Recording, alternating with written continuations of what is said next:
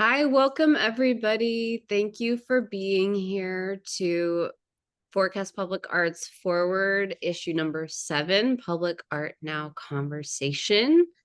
I'm Mallory Roxana Nizam. I am the curator of programming at um, at the publication, and this is our 7th issue. This particular issue focused on monuments and memorials. So we have some speakers today who are going to talk about their practice in relation to our Art Now issue, and questions around monuments, memorials, and memory. So we're excited that you're here. I am going to share my screen and get us moving.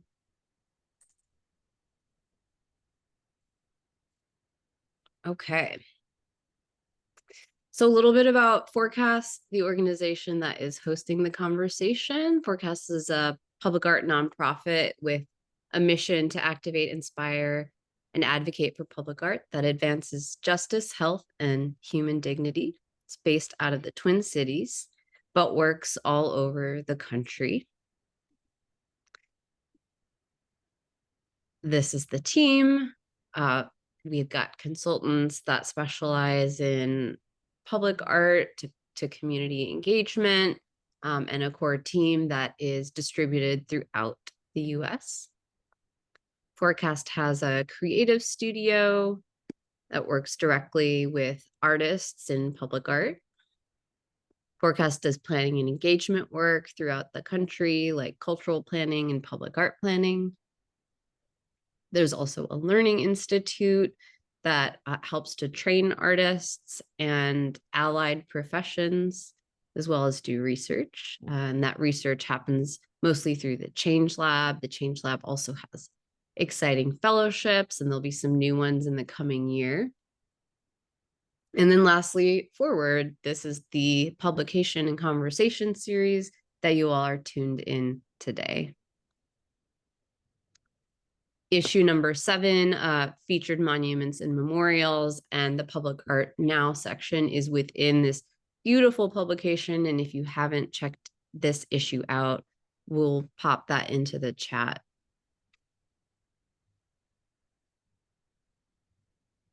So I'm going to introduce our moderator today, which is Anna Lisa Escobedo, who is part of the New Monuments Taskforce, which guest edited this issue of Forward. One of them was our guest editor, one of them was our lead essayist, and Anna Lisa was the curator of the Public Art Now issue. And so I'm going to hand it over to Anna Lisa. Thank you, Mallory. Hello, everyone. Welcome. And it depends where you are. I'm on the west side in San Francisco, California. So it's nice and early, right before lunch for me. And let me tell you a little bit about the New Monuments Task Force. We are just a small collective of women team, mostly all located here in San Francisco or in California. And we've been in conversation, long dialogues about the monuments and memorials in San Francisco and greater since 2020. I myself am a public artist. I've done restoration work in San Francisco for a couple of the murals, including the one I'm wearing, my Estra piece here in San Francisco. If you ever come, please check out my Estra piece. It's a beautiful mural. I also founded Calle 24 Latino Cultural District. So I've been in the realms of like history keeping and making. How do we keep our gente central in all these conversations?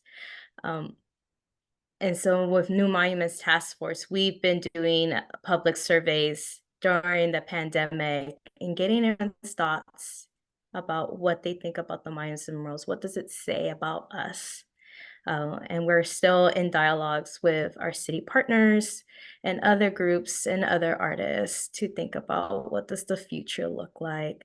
So when it came to work for PAN, all of us got together, and as you read it, you'll see where the landscape is shifting.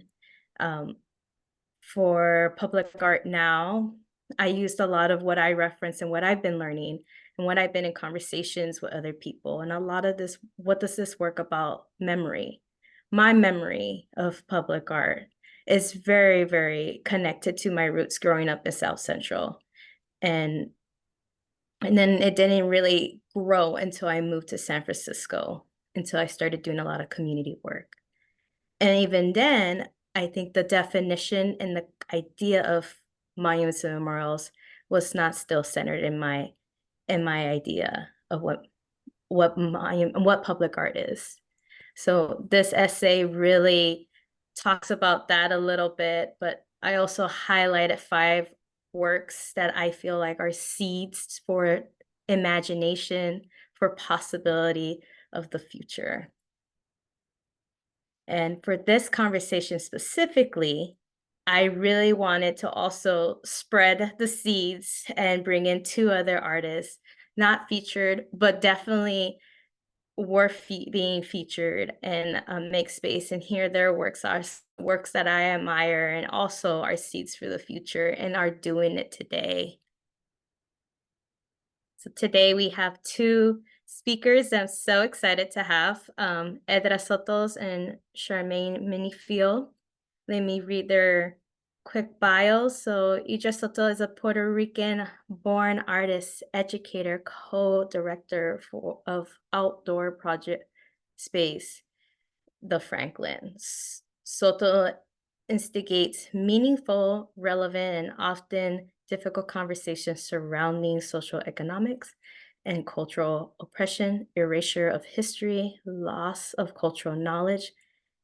Having grown up in Puerto Rico and now immersed in the Chicago community, the artist has evolved to raise questions through her work about constructed social order, dysphoric identity, and the legacy of colonialism. Charmaine Minniefield, thank you for joining, is an artist activist preserving Black narratives as a radical act of social justice, affirming theory, ancestral veneration. Her work draws from indigenous traditions as seen through African and diaspora to explore African and African American history, memory, and ritual as intentional pushback against a creative practice community-based, as her research and resulting bodies of work often draw from physical archives as she excavates the stories of African American women-led resistance and spiritual and power. So thank you both for being here today. Sorry, I had to go off camera. I saw my signal going off, so hopefully I didn't lose anything. So with that, for everyone that's listening in, we're gonna have a time for Q&A. Please put it in the chat. We'll make space at the end for any Q&A. Any comments are also welcome. Any feedback is also welcome. So let me give a moment for maybe Edra, you wanna go first, and then Charmaine, just talk about like your work, like what are the highlights of what you're doing? Thank you, Anna, for having me, and thank you to Forecast. Uh, so excited to engage this conversation. So currently, I have work at Central Park. That is work that a project that was uh, thanks to the Public Art Fund. The title of the project is called Graft and is located in the southeast corner of Central Park in Manhattan at the Doris C. Friedman Plaza. And I also have a project that is titled Casa de Todos, or Everybody's Home, that is located at Comfort Station here in Chicago at Logan Square. Um, and it's been this is a temporary, both of them are temporary public art projects, and uh, Casa de Todos will have its closing coming up on Saturday, next Saturday, December 21st And this is located in Chicago? in Chicago. Yeah. Charmaine, are you settled in? Would you like to give Yeah, a sure. thank I'm sort of settled. I don't like this lighting, honestly. You know, I'm a visual artist, so I'm always debating when it rains, I can't sit in front of my window and it's all dark in Atlanta today. But I might move around. Y'all forgive me. I'm based in Atlanta on Muskogee land. My family was first enslaved in Fuquay-Varina, North Carolina. We likely came from Senegal or Gambia because my first ancestor who arrived in Fuquay-Varina was enslaved, who came from France. We were forced to migrate across Tennessee, Kentucky, and eventually fled to Indiana after retaliation, and that's where I was born. And my work traces my great grandmother's memories by tracing the ring shout. And the ring shout is a movement and prayer practice that we retained in resistance to laws that meant to dismantle our identity. It was a prayer and community practice. So my work is that I am building replicas of praise houses, which were our small wooden structures that we would gather in, and secret safe spaces to worship and perform what was called the ring shout. It was a full body rhythmic prayer. We would perform in circle, in community, and sing and call and response. And the project invites that prayer again in community. And so that though it's a site-specific public art visual installation, it is an interactive social experiment, really, of memory. And we have had miraculous communal memories recalling through the work. And we are using this experience as an opportunity to resist erasure. And even on a national scale, we know our narratives are what are being erased right now, and we are owning them as our own memories that can never be. So that's the work we're doing. Thank you. And you really much touched on my first question I had for both of you guys. And Edra, I want to highlight that your work is also a space for public participation. I've seen people dance and sing. So I'm seeing a lot of alignments in your work. Both of you guys are creating homes and families, I always say, where to be, to break bread. But you guys are also centering these themes of erasure and resistance. And Charmaine, you kind of said it's how already, but how do you approach reclaiming the histories of or narratives that have been marginalized? Like, that's a lot of heavy work. So what does that process really look like when you like set into it? Any of you guys want to take it on? I can continue. The work is deeply personal, though it's placed in community and uplifts the history of that community. I own it as shared history. I know that my family experienced similar incidents. One of the, where it's resting right now is a freedmen's town.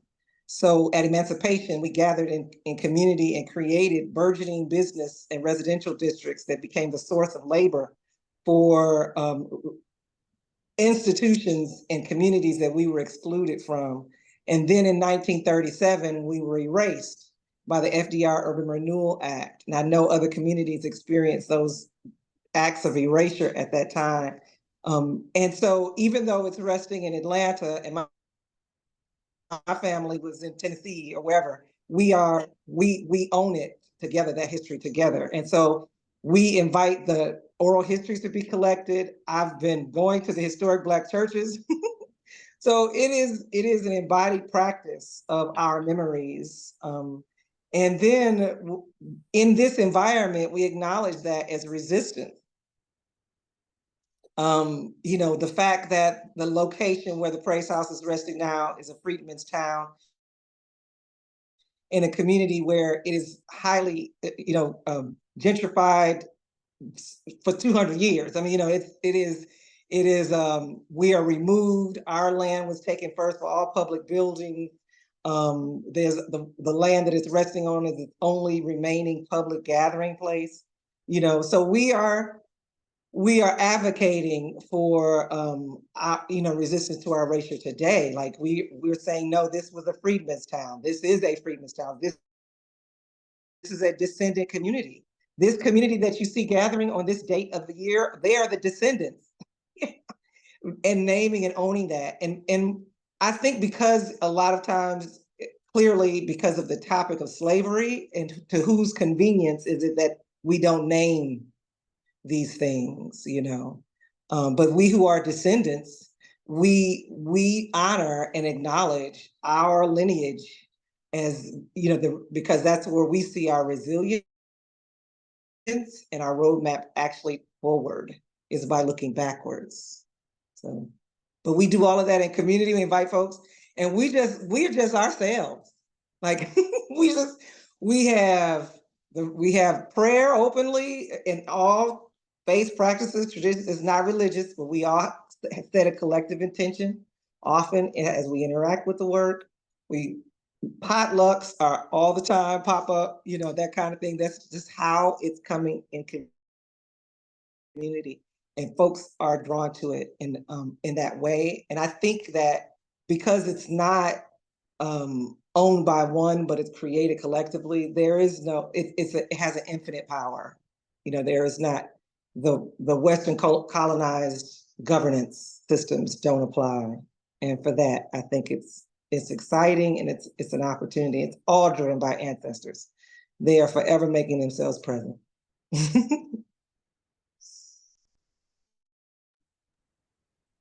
I Thank can you. add in, and regarding the question,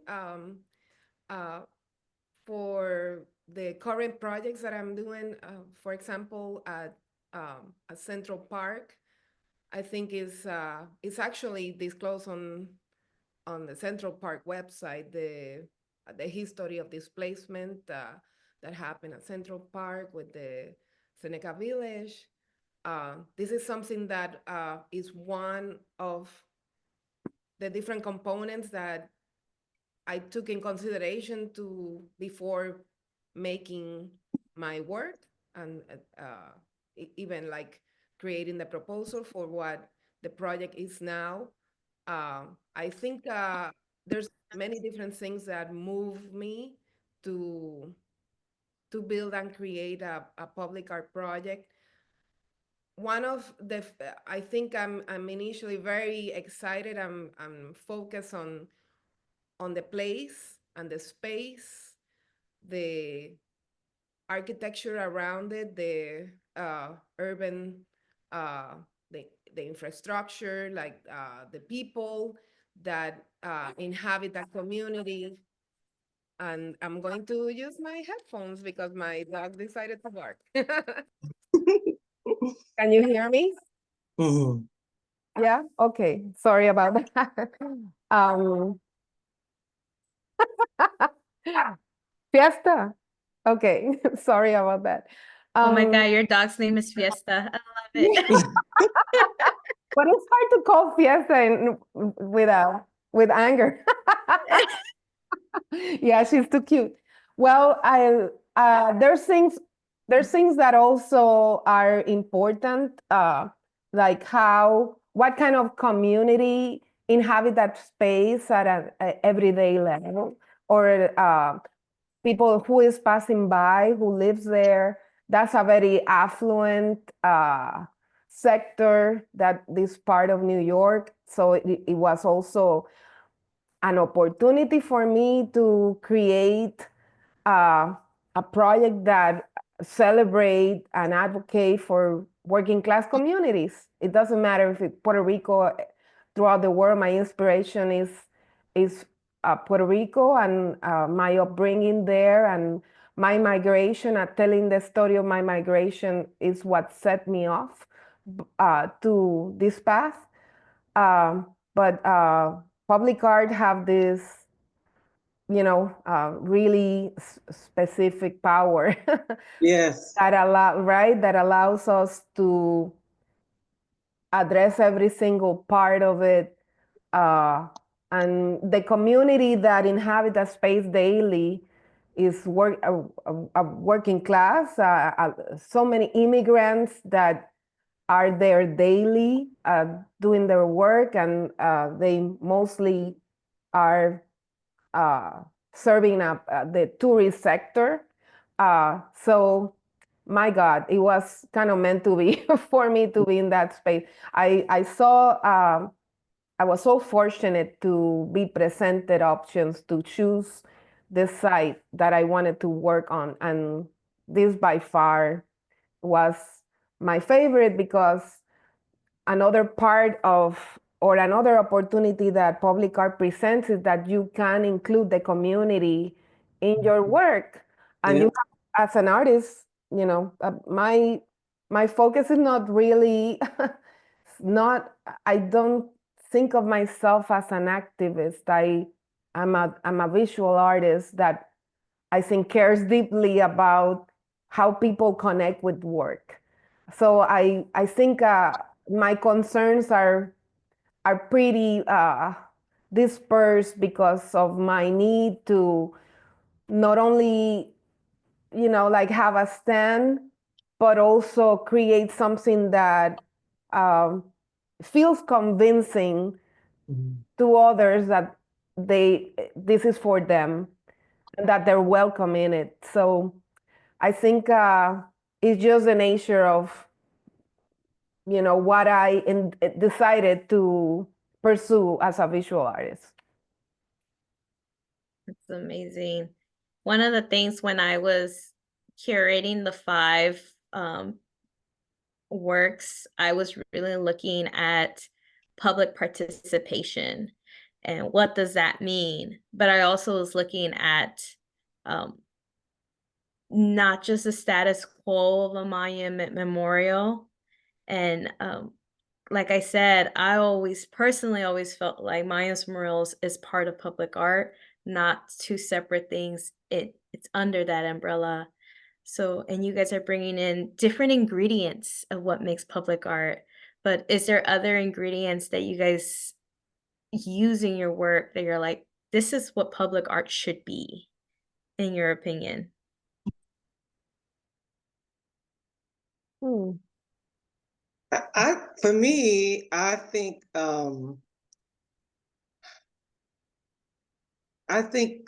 storytelling is an element that I think public art serves, and being intentional about the story. Down here in the South, public art for generations included, and most primarily, were Confederate monuments.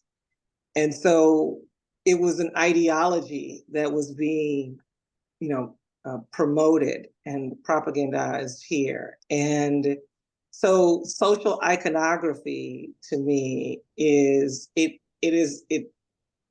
teaches the ethics of that society. And so who gets to tell their story is the question, and what ethics are being promoted.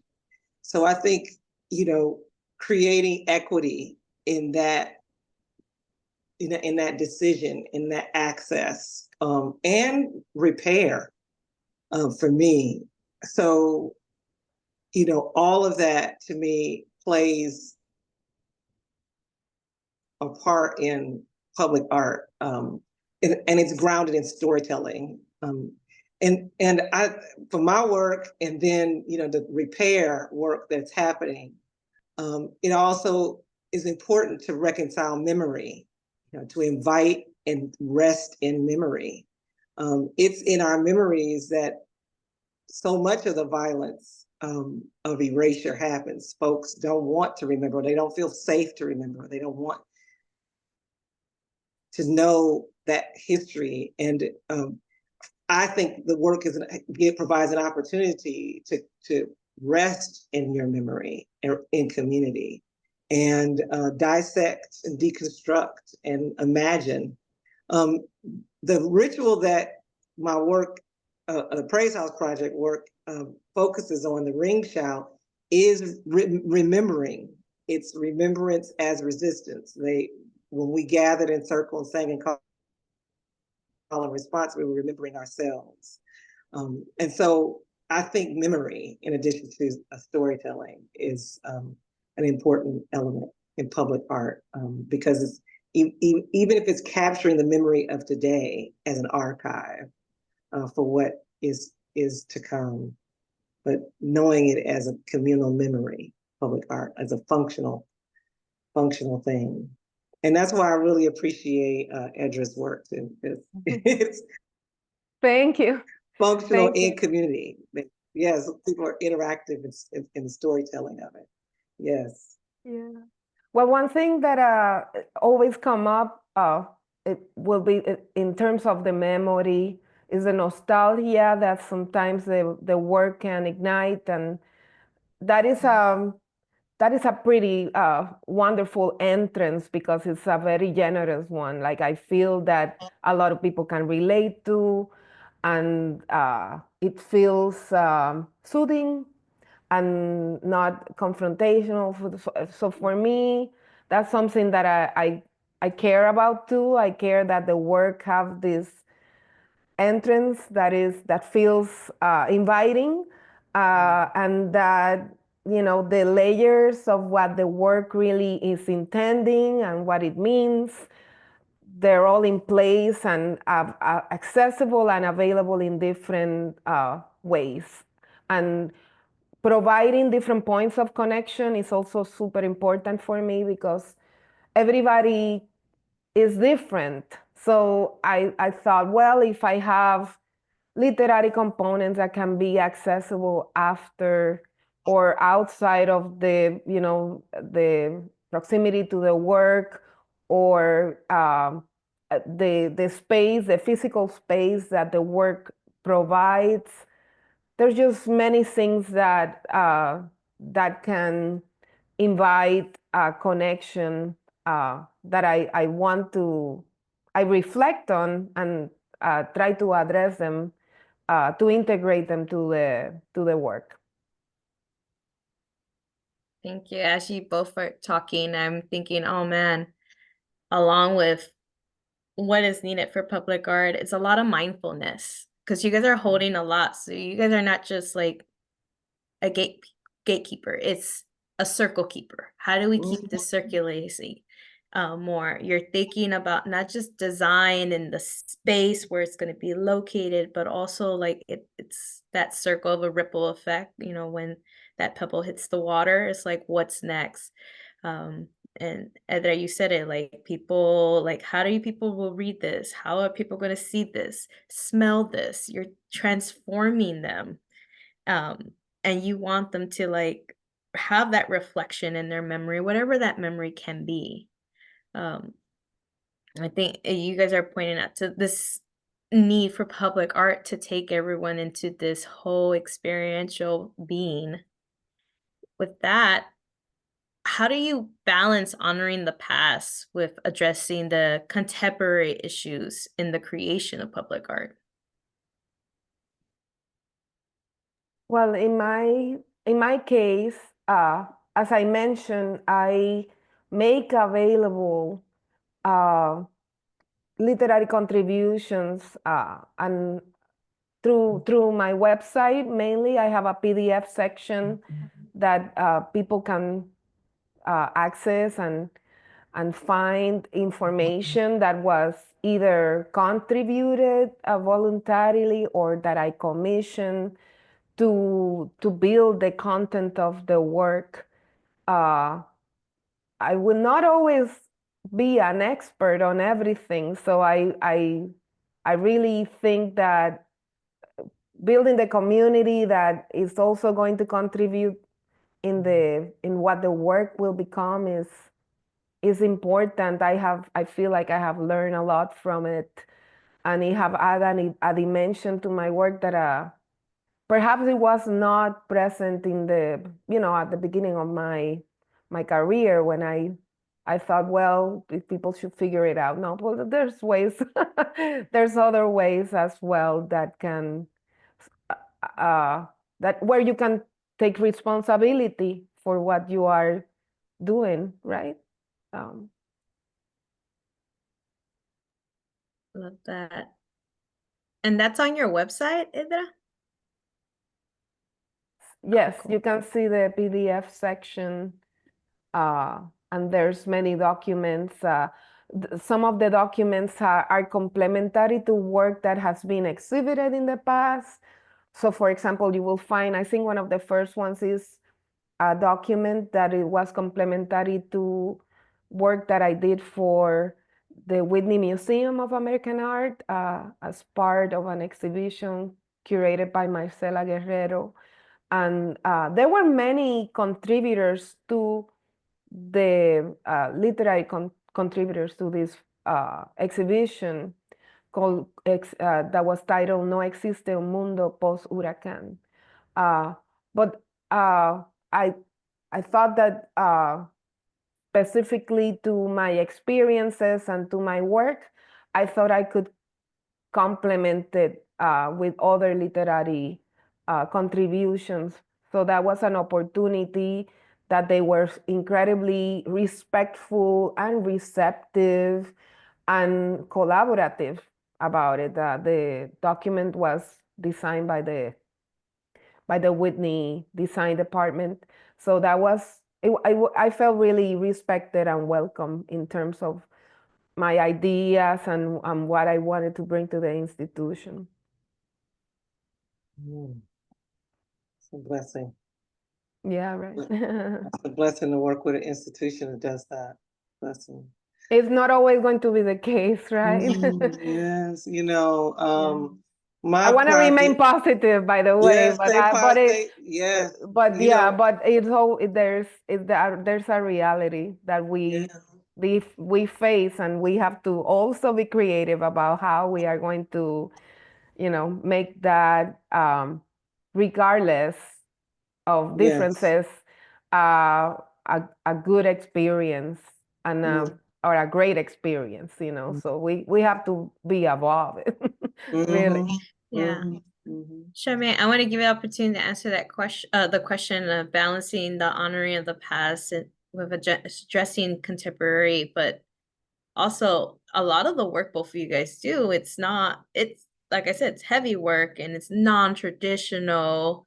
And who holds the ruling of non-traditional? Like, how do you really push and let them see, like, hey, we have something magical here, man? How do you how do you push through that? It's a whole thing. We call it Sankofa. We look back to see forward. We see the solution for today in the past. We see our ancestors as guiding us forward. So even though the past may be bleak and have riddled with difficulty, our ancestors are worthy of recalling and embodying their legacy. And there is no darkness too dark to remember them. And the fact that they are forgotten to us is violence and erasure. And the reclaiming and embodiment of their legacy in us today is the resistance. And we will always do it, whether we are in a colonized environment or we are on our indigenous land.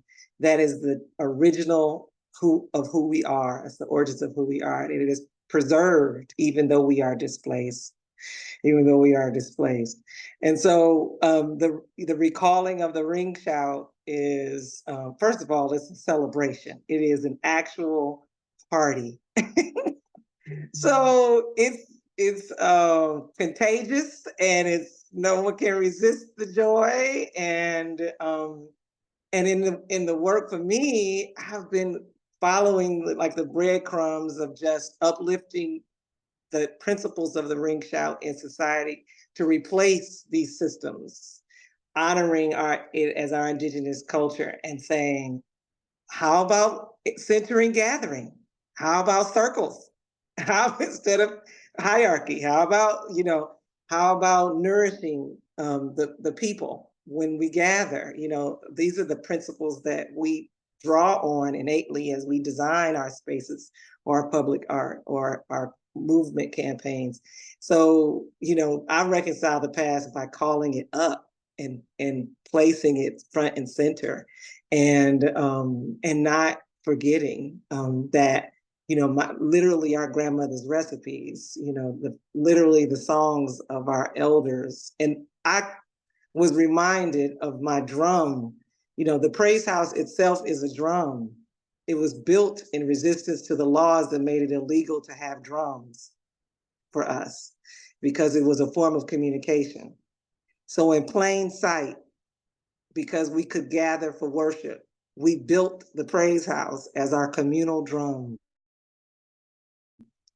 And we played the whole structure with our bodies, beating the floors and beating the walls in circle all night long.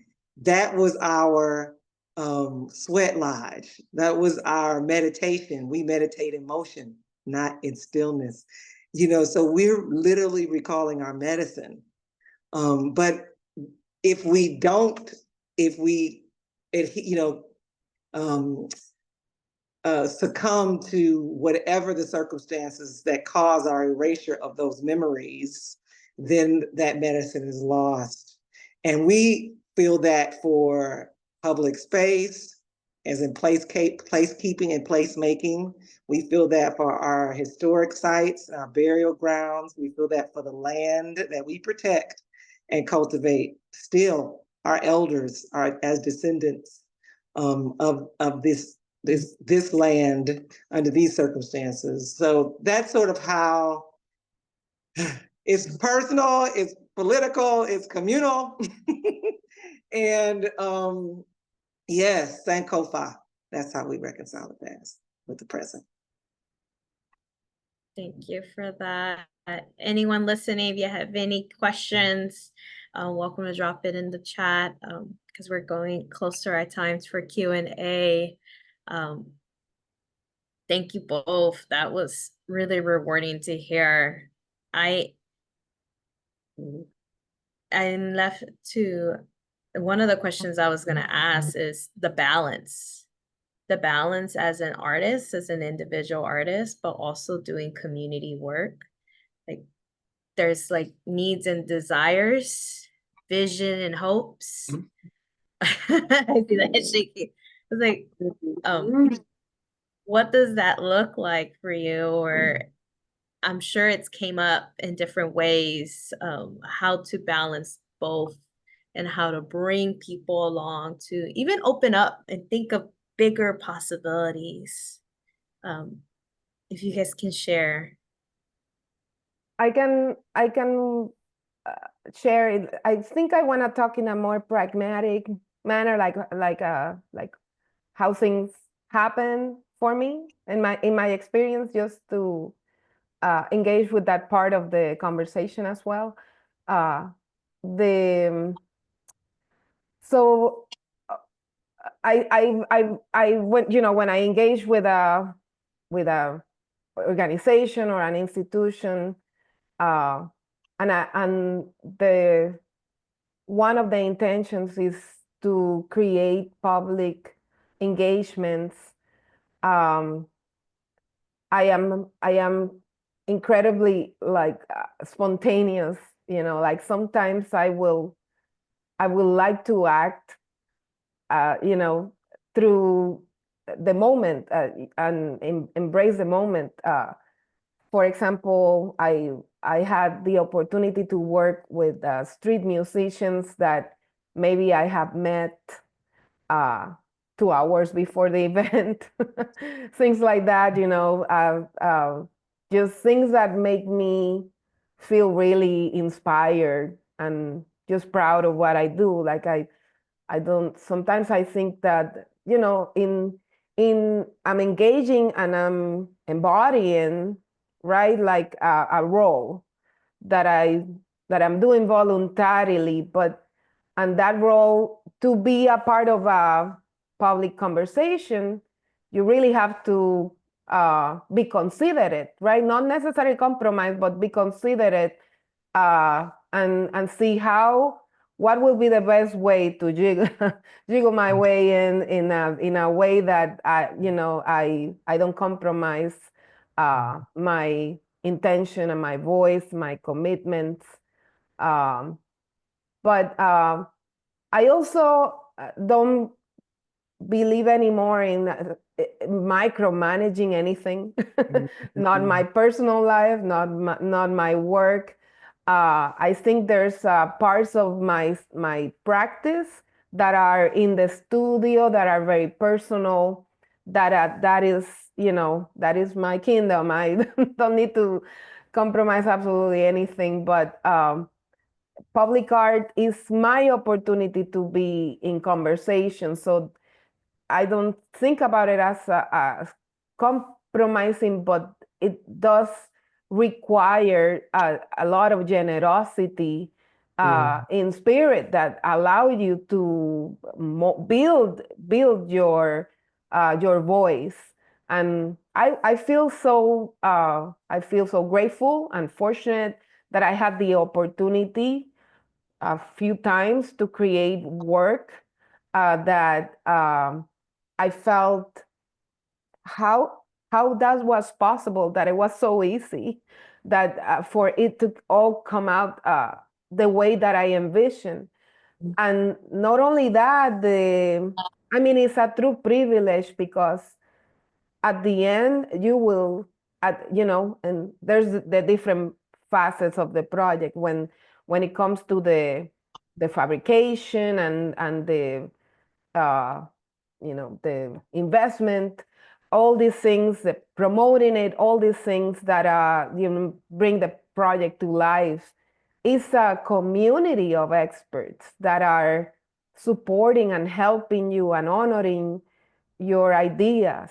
So it is not a small role, and artists should always remember that you have a lot of power, and that's I hope that doesn't sound too cliche, but it's true because we are creating culture, and sometimes we're so caught up in what other people think or why the different. It's a very vast art world, and things can get murky and confusing.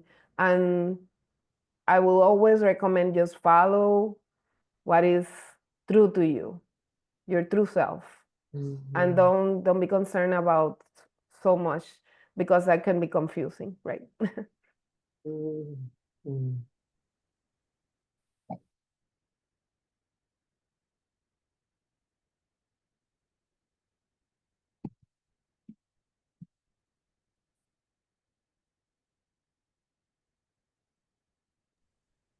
Did we lose Anna? No, you guys are good. I think you said a lot of things that resonate. Honestly, I feel inspired. I'm like, oh my God, I want to create art. But I want to give Charmaine a chance to also respond of like the balance. The balance. Ooh. Thank you so much for your words, Edra.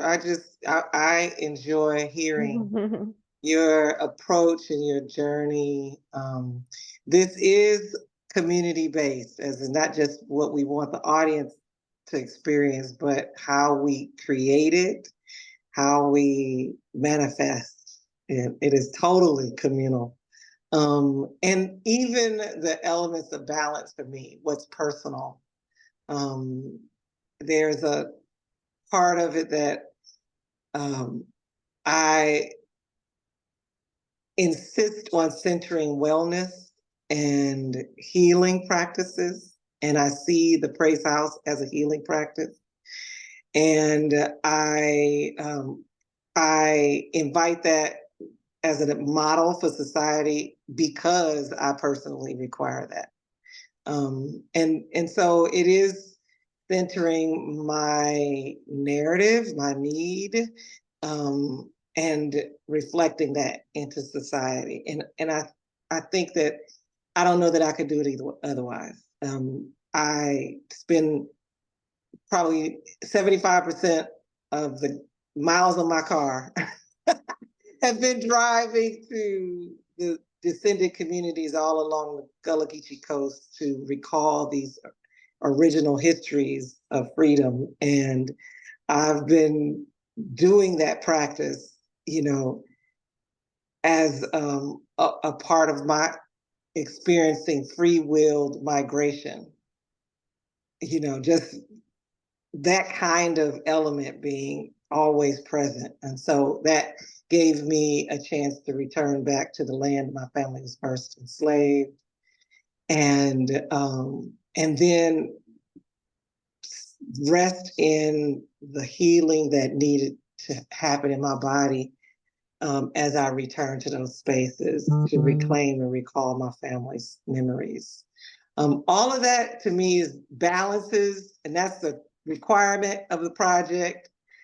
Because if I'm going to fundraise and sit at a computer for 100 hours and do all of this other admin stuff and provide public art, you know, to society, like you said, we are creating culture. Then these are the things that I require, you know, and I want my people to be taken care of. I want to sustain. I want my historic sites to be safe. I want my descendant communities to be safe. Those things, my intellectual property to be safe. Like, we are embodying freedom. What does it look like, you know, in the work, you know? And so all of it goes down to the cellular level of just sustaining and being well in our own bodies too. Thank you both. We have a couple questions from the crowd that we're going to do our best to get through all. Again, both of you guys are so, I wish you guys were here. Come to San Francisco. Bring your work here. Book that flight. Let's make that happen. Make that happen, Yes. please. Free will migration. Let me start with the first question here. I have a background of community engagement and also doing some outdoor installations. I have been researching monuments and memorials for a few years, and I'm looking into stories on a statewide level and use community engagement and public space to tell these stories.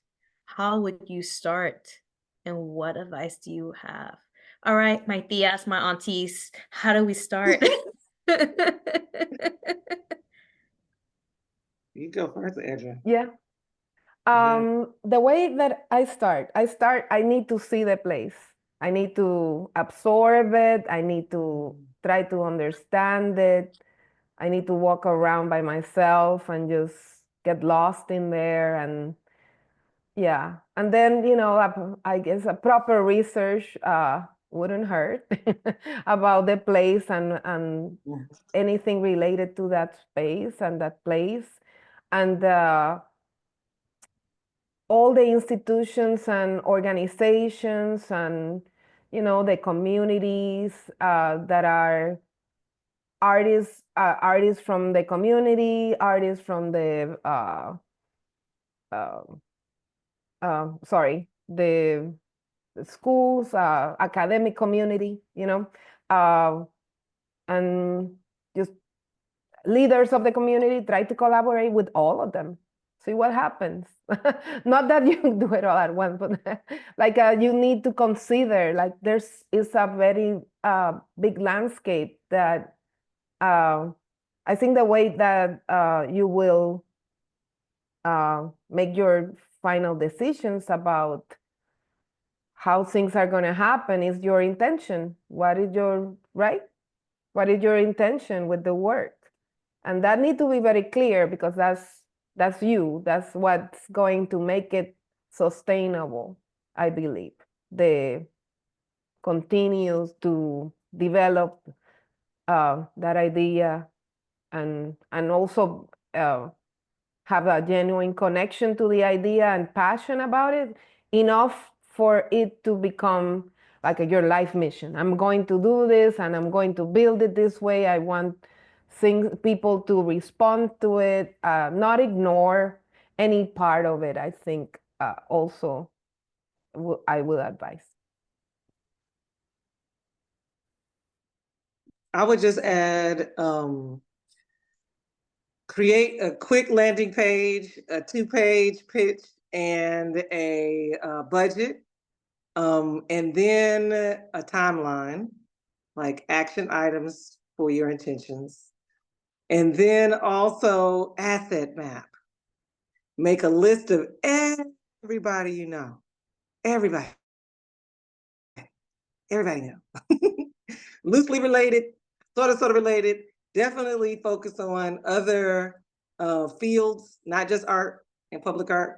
Like think of your intentions, like Ed was saying, your intentions, and then go after relationships along those paths. And just my project literally has 28 partners.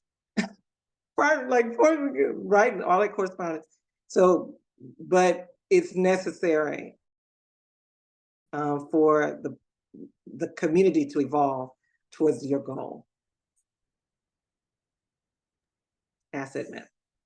Asset mapping. Networking, somebody did ask how important are connections in public art, and should I use LinkedIn? And it sounds like all methods, yes. All methods. Yeah. Personally, and maybe you two agree, disagree, it's like people do love a cold call still to this day, having a conversation. So making those connections are really important. Going, here in San Francisco, it's still well practiced. Like community doesn't come to you, you go to community. Yes. And go find them and go talk to them and be with them. I think also it's, I don't know if it's this way all over the country, but I know in Atlanta, it is not automatic that an artist would feel empowered to make these phone calls or to create that proposal and cold call it, cold email it, build the relationships. It's as if, there's a divide between the individual artist and some of these what would be allies or partnerships to execute their work. Individual artists think that I have to have an institution. I have to be a big, huge institution before I can be at the table, before I can be on that public policy planning committee, before I can ask for a major commission without being invited to submit. We have to be empowered in our voice as artists, to be present as the leader in the vision of the work, and not passive.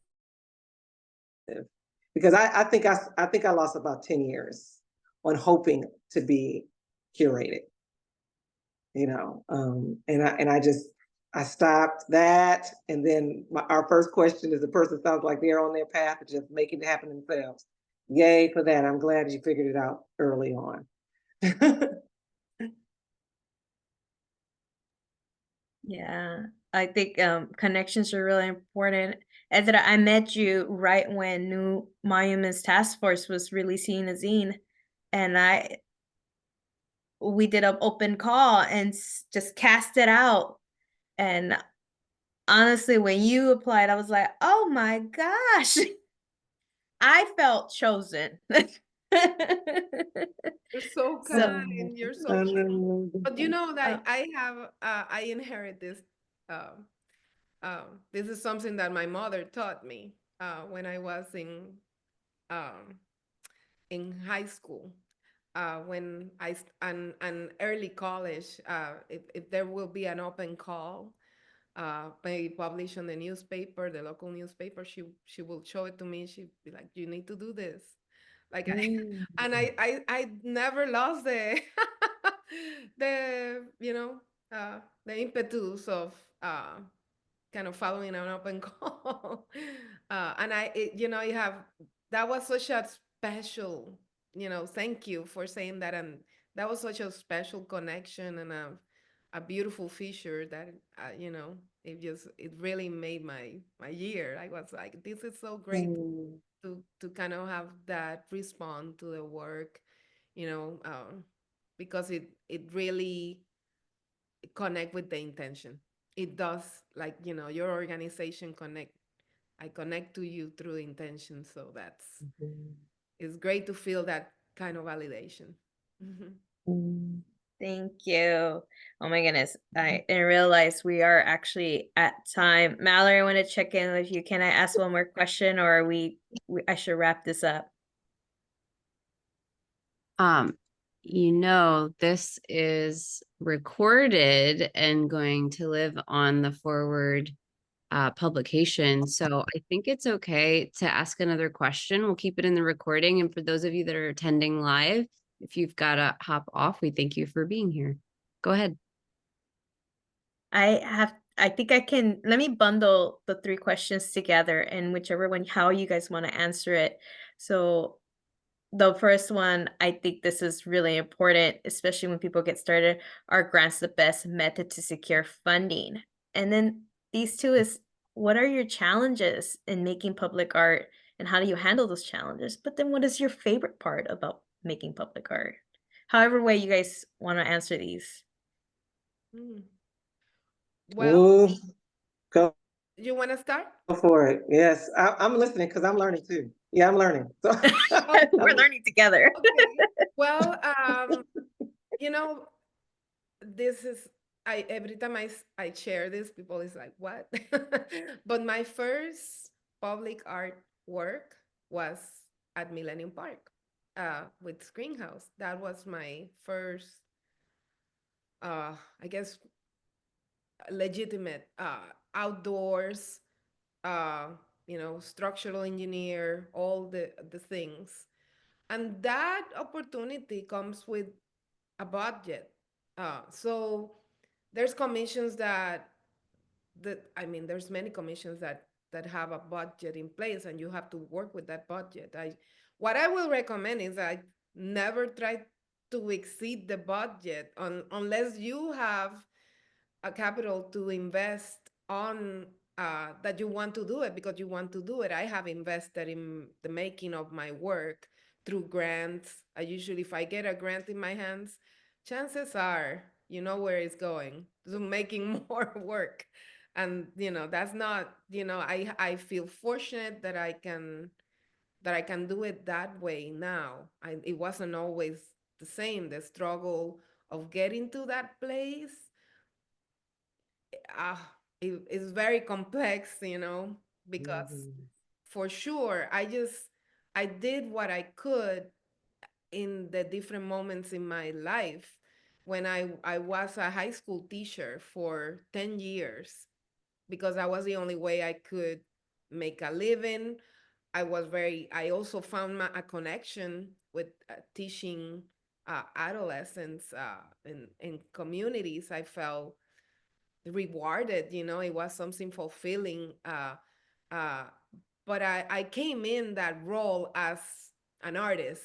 So it's also different. It's not like teaching was my calling, but it was something that it came as the consequence of, I believe in this. This is my philosophy, like living, making art, how you kind of integrate that to your life. And so it was easy. It was a really easy segue.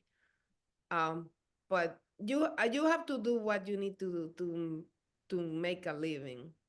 You see, like, and that, yes, I think, yes, the common question that young artists have, like, how you get here. I mean, I've been trying to do this more than 20 years, 25 years, yeah, Um, yeah. uh, so I'm really happy with, really happy with my path and how things happen.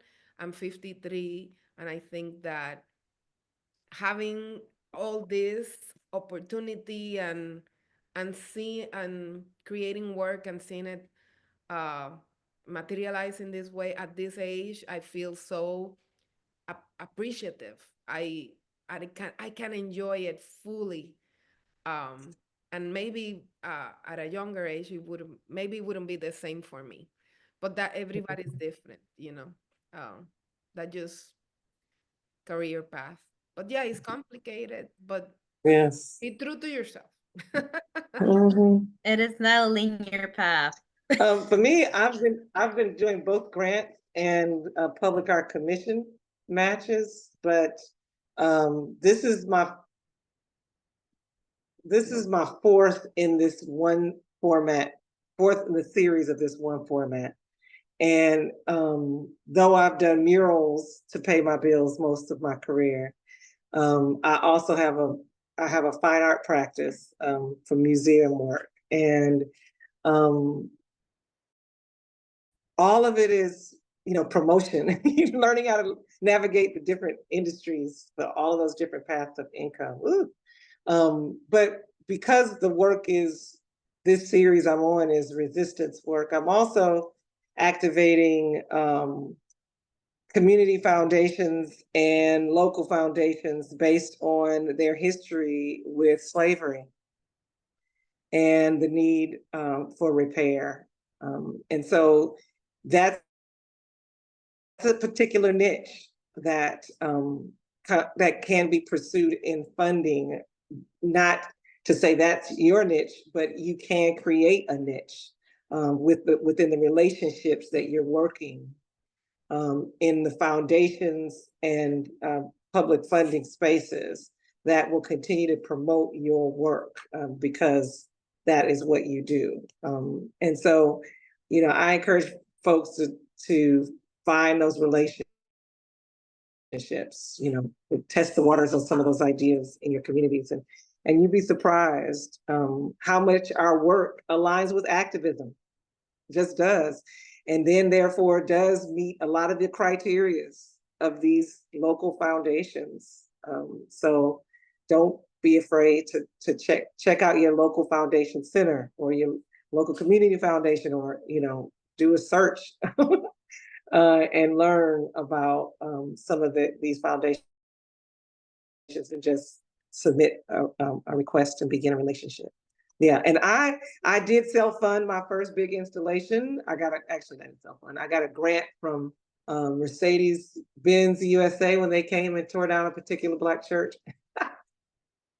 But the way that I used the funds was I self-produced an installation, and it sort of snowballed from there. So investing in my work first, I think, drew resources towards me.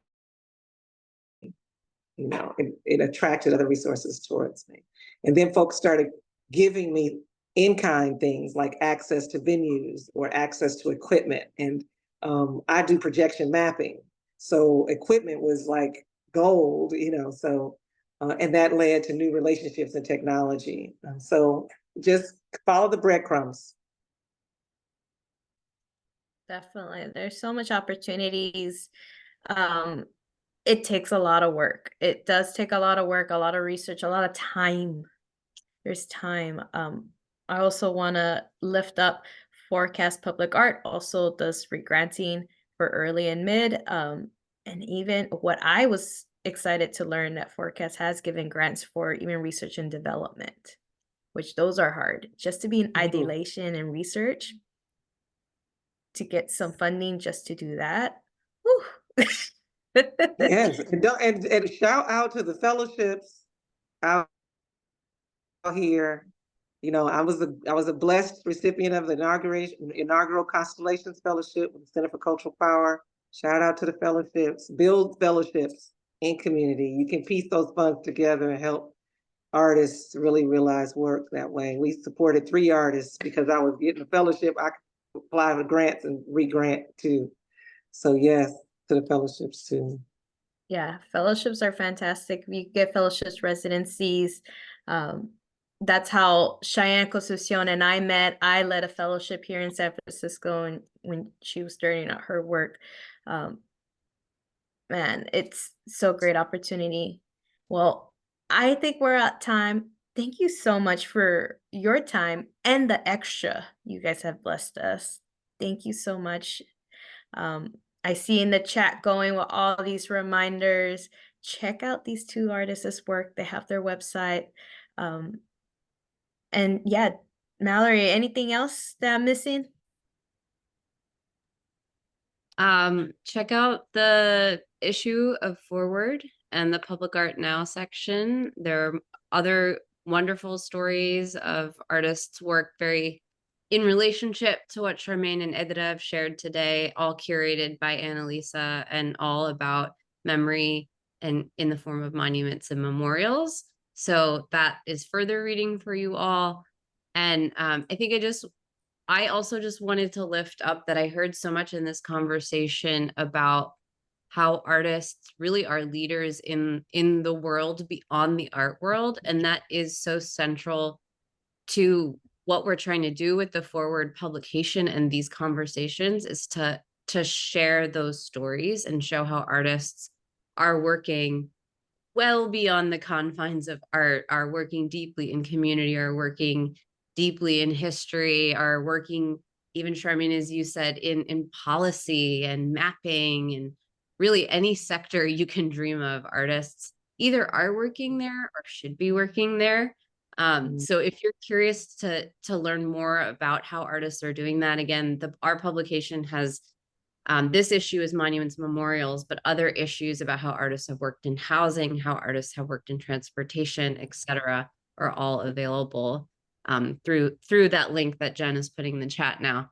So thank you all so much. I'm just gonna take us out with a final slide, but we appreciate you all for being here, to our speakers and to our moderator, Anna Lisa.